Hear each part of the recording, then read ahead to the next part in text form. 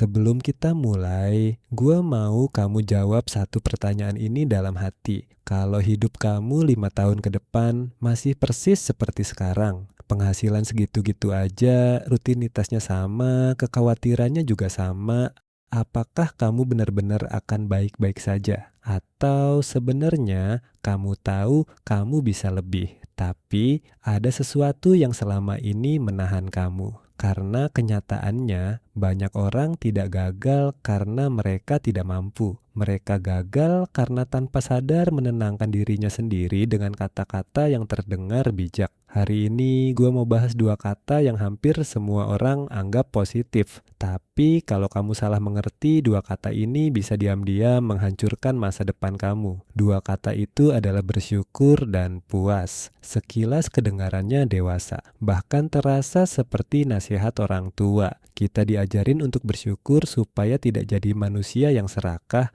Kita diajarin untuk merasa cukup supaya tidak terobsesi dan tidak ada yang salah dengan itu. Masalahnya bukan di katanya, masalahnya ada di cara kita memakainya. Karena banyak orang menggunakan kata bersyukur bukan sebagai bentuk kedewasaan, tapi sebagai alasan untuk berhenti bertumbuh.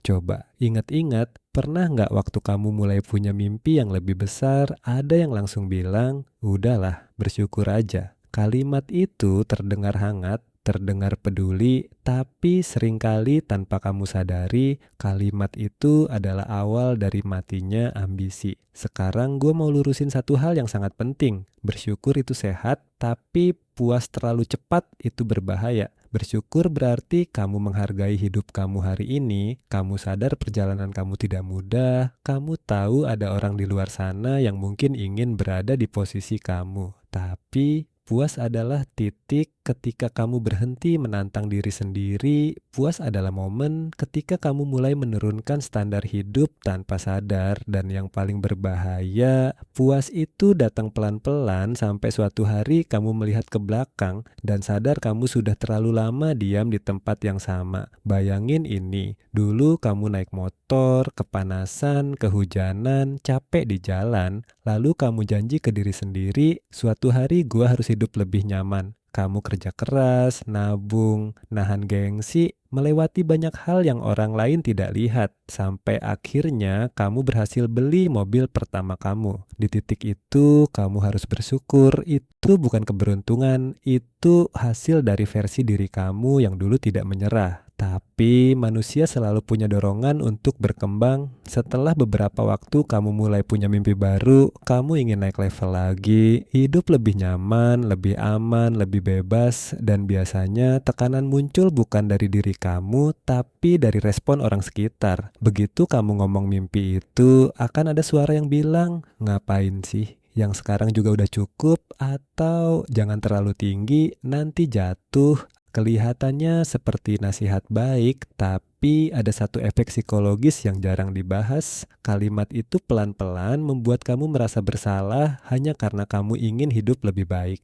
Akhirnya, kamu mulai mengecilkan mimpi kamu sendiri. Kamu mulai berpikir mungkin kamu terlalu ambisius, mungkin kamu harus lebih realistis, dan tanpa sadar api yang dulu bikin kamu bergerak mulai mengecil. Dengar baik-baik kalimat ini, bersyukur itu bukan rem tangan, bersyukur itu bahan bakar. Dia seharusnya memberi kamu energi untuk melangkah lebih jauh, bukan membuat kamu parkir selamanya. Kamu boleh menikmati apa yang kamu punya hari ini, tapi jangan pernah berhenti mengejar apa yang sebenarnya kamu mampu capai, karena hidup bukan tentang memilih salah satu. Kamu bisa bersyukur sekaligus lapar untuk berkembang. Sekarang gue mau ngomong sesuatu yang mungkin agak gak nyaman didengar.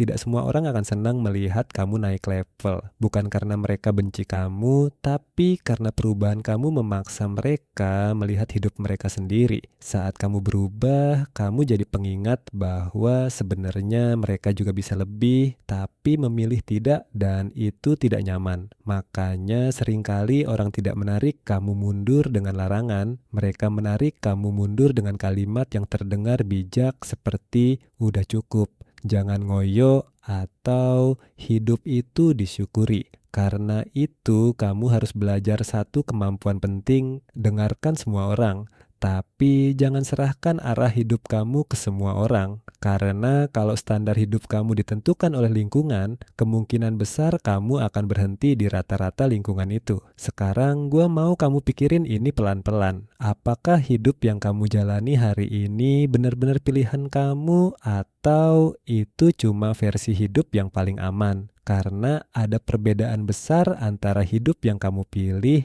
dan hidup yang kamu tidak berani ubah. Mayoritas orang tidak terjebak karena bodoh. Mereka terjebak karena nyaman dan kenyamanan itu candu. Dia tidak terasa berbahaya, tidak terasa salah, tapi dia membuat hari-hari kamu terlihat sama.